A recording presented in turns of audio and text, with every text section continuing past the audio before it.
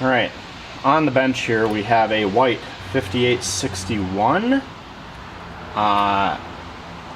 This is very similar to that Riviera machine that I had that somebody identified as being sold as a white as well.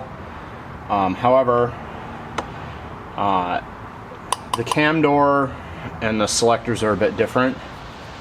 This machine does take cams, and it has a very simple addition. So the main zigzag cam is behind this knob, and the knob determines how much of the cam design is going to add to the zigzag. So your number 4 is always a plain full zigzag, and then 0 is entirely whatever shape the cam is making. And then if you set it to, like, say 2 in the middle, it'll always make a minimum width zigzag and then add whatever your cam shape is on the outside of that minimum width. So pretty unique thing. But we've had the tensioner apart. This tensioner is different, matches the tensioner on the manual photo, but does not match the tensioner on any of the 5861s I found when I was looking for other examples of the machine. So who knows if all those machines had replacement tensioners put on them, or if they only very briefly put this tensioner on.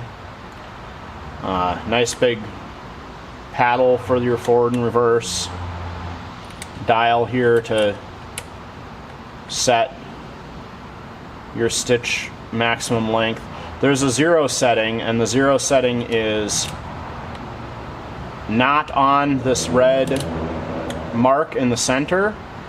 I think this red mark is a nice fine stitch forward, and it matches roughly with the 1 setting in the dial here.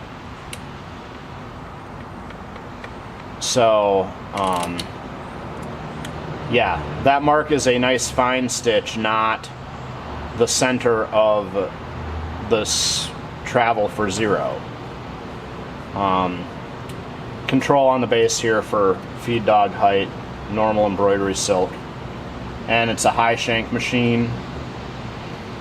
It's also left homing, so if you're buying high shank feet, make sure that you get a straight stitch left homing foot, and if you put a straight stitch plate on here, make sure you get a left homing plate.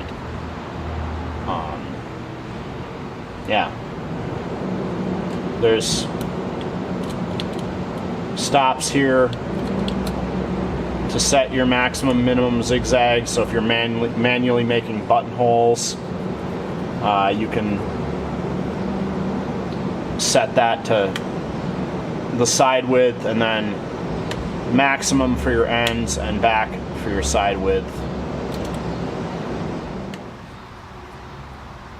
I'm going to start, we have 2 spool pins on the back. Like a lot of these machines, they have 2 spool pins, but they can't twin needle thread. So one of the pins is just for storage, or you can set it up to have your 2 colors available for threading a different color on the bottom. But spool pin, there's a thread guide on the back, thread guide on the front, and then come across to our winding button.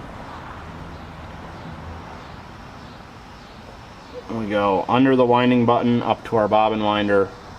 Bobbin winder pushes to engage, and there's a clutch nut on the end of the hand wheel to loosen. We still use the same spool pin, top 2 thread guides, and then out around the tensioner. This has a 2-step lift, so there's 1 lift, and then pushing the lift lever up 1 more notch releases the tensioner. Out around the tensioner, up behind the take-up spring, under this finger,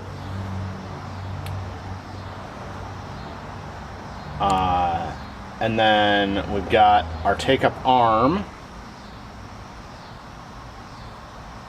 And then there's a thread guide here on the door, and this thread guide does not have a cut in it or a split or anything, so you actually have to thread down through it. There's just a rest for the thread inside the door here.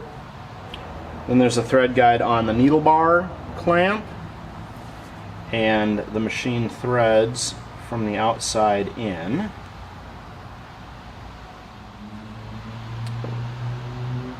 This is a class 15 machine, so I'm going to load our bobbin into the bobbin case. It's going to unroll clockwise. It's going to go into the gap on the side of the case and then get pulled out under the spring next to the finger on the top of the case.